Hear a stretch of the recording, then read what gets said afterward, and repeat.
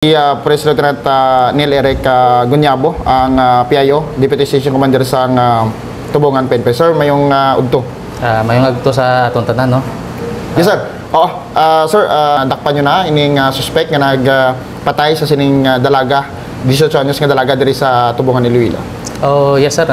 Natigayon nato na dakpan ng aton nga suspect kay nasang aga dito sa nasambit man nga barangay sa barangay Ingay.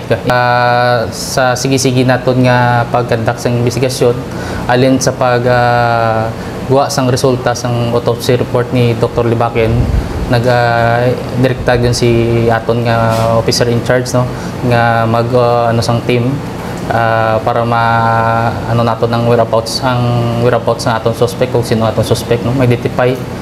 And then sa sige-sige naton nga usisa mga information nga na aton nga baton aton iniging sa isa nga ging validate aton asa nga nakakuha kami sang information nga nagduda sa isa ka impormasyon nga si alias Aljon. Si alias Aljon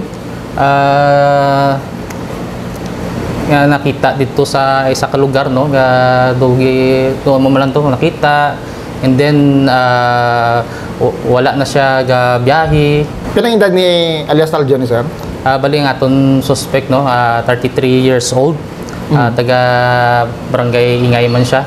Bali habal-habal driver. Okay. Paano naton sir na determine nga siya ang suspect naton?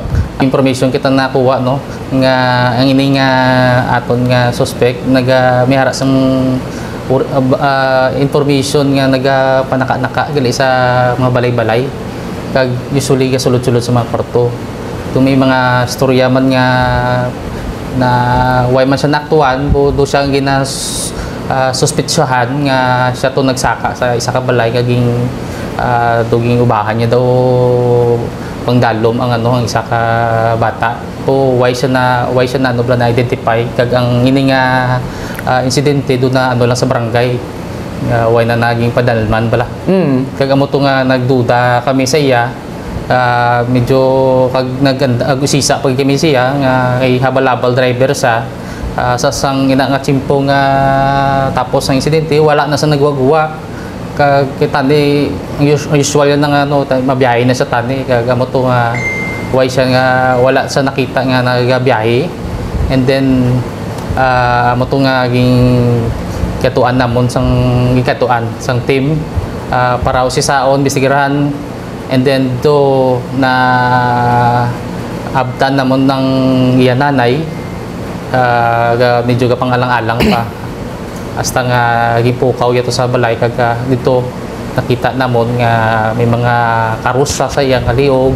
Okay. Then ang iya kamot medyo may hanog pa, kag dito sa ulihi nag-ako siya nga siya to ang nagsulod sa balay sang biktima. Okay. So dito mismo sila balay pag-apprehend nyo, nag-ako na siya? Bali pag ano namon sige-sige namon pag-usisa investigar, una hindi pa siya magano uli nag-ako gid siya nga siya kaging ano yatong tanan nga ging natabo. So paano kuno sir? Ginsay-say niya sa inyo? Paano?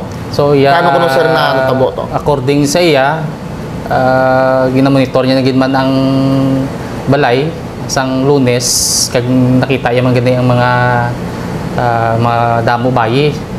Ibali ko ayan dumi mga bisita sila to So monitor niya tong balay. And then sang kaagahon, mga alas 2 kaagahon, namo to nga ging nagkatuto sa likod, nagagi sa likod, kaging abri daw ang bintana sa likod sang kwarto sang biktima, kag amo to nga ging abrihan niya according sa iya, kag nagsaka siya, kaging bugtaw pa tong biktima, kaging dumog ito, kag hindi magao di singgitan tong bata, kag uli to nga ging karosto siya, kaging wakli atudo daw amo to na ang bata sa simento sa dalam sang sang katre. Okay, tapos according sa iya, sir. Okay, tapos kag why daw niya na tandog po sa pagpati naton, hindi man naton ang resulta sang autopsy nga nanogid siya, sexual assault gid siya. Yeah. So putsulingon sa bintana sa nag-agi. So no siya, sir, sa likod. Sa likod, sir. Okay. ang bata bala wala sang underwear, no? Anong sistema? Paano nga wala na sang underwear ang bata? Sunod sa aton nga suspect, yung pagsulod niya daw, wala na daw pajama, wala daw panty. Pati do ka ano man kaduluda man ng iya nga statement, kag wala iya daw natandog. Panggulat lang daw ko, to hindi kami magpati nga amo na ang iya nga intention nga nagsulod niya to sa kwarto sang bata. Paano napatay? Ang balya ging karos daw siya kaging wakli daw amo to nga nadagdag sa katre na ano sa simento ang iya ulo kag dito ging check ya pangitom daw. Mga anong oras gikuno sir sa mga sangsanon niya gigin sulod? According siya mga alas 2 kagahon daw. Alas 2 ang kagahon? Oo. Sang ano nang adlaw? Sa 17. 17. Bali na diskubrihan sa mga hapon na mga gabi na. Oo, ano ganing 17? Martes. So alas 2 ang kagahon sang Martes na ginsulod. Tara lang isa. Mo pa nasubong gina usisa namon siya kung may upod sa nga ano sa subong ang bagay isa lang sa. O sige amon investigar kung may mga upod pagid sa ano kay sige pa man namon nga validate sa mga information na makabulig labi na nga na-identify siya o basi may nakakita siya upod sa nga adlaw nga makabulig pagid sa aton nga investigasyon. Ang ambal may karos siya. May karos di sa dalom sa iya liog. Okay. Tapos may din pagid sir. Magluwa sa karos ano pagid?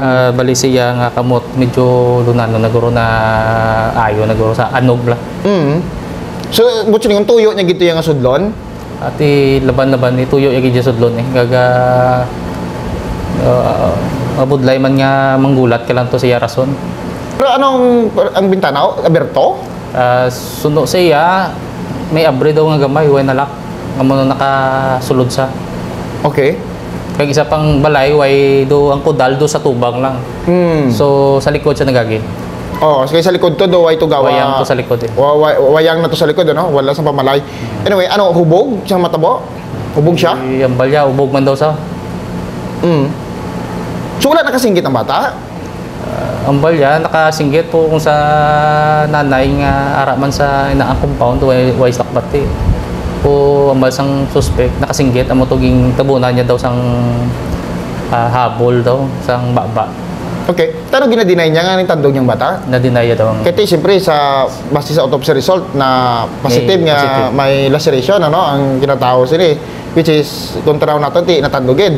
Pero siya ginapaningwala niya. Napingwala yung naway na natandog to. Mga anong oras siya kunong ginbayaan? Anong oras yung bayaan ng biktima? Yung mga 30 minutes daw ang yan, naglakat na sa doon kay tuga pang itom na daw ang bata. Implastar niya lang daw nga ginabulan niya gagugigda bla. Kamo to pag sulod sang aton nga pulis kapag responde sang natabo to do matyaga mo gatulog lang bla nga do normal lang. Do normal lang. So din siya nag-adjust sa may sa bintana. Bintana Japon. Okay. Background si sir sang sang ining suspect iti ambal mo habal-habal driver, doga may mga may mga record na pang saka. Bali ano lang na sa barangay lang nga storya bla. Pero wala man na blatter sa barangay. Way road. Drugs na involved sa drugs? Duway man sa badak. Okay. Mula nang ging namon ging nakalid kami nga do siya ang saka-saka kaysa mga balay-balay gapang sa mga kwarto sa mga bata bla. Do sa mon kay mga iban pagid yung mga impormasyon nga way na sa nagbiyahe do medyo nga gaduda ka na gid. Mo tong ingagaw na mon mangkot na mo kung ara pa sa way guwa daw. Mo tong ging saka gid namon sakaan sang team para sisaon siya hasta nga amo to naghako sa. May asawa ni sir? Sa pagpamangkot napton sa iya nga may ara daw siya relasyon do nga 50 years old. So Sir, anong for the record lang kay ginapahayag do may nubyo kuno lang nanay sang biktima sang bata. Siya ni? Ay hindi ni siya. Hindi ni siya. Kaya damo blaga pamangkot kon siya ini. Hindi siya. So lain ni siya. Okay. Bali driver na siya nga do habal-habal driver nga sa dra man sa nga barangay Ingay. Okay. Status mo sir sang suspect nga na? Aton nga suspect arestado kag ipaidalom naton na sa examinasyon no, medical kag iban nga examination sa aton nga forensic group unit.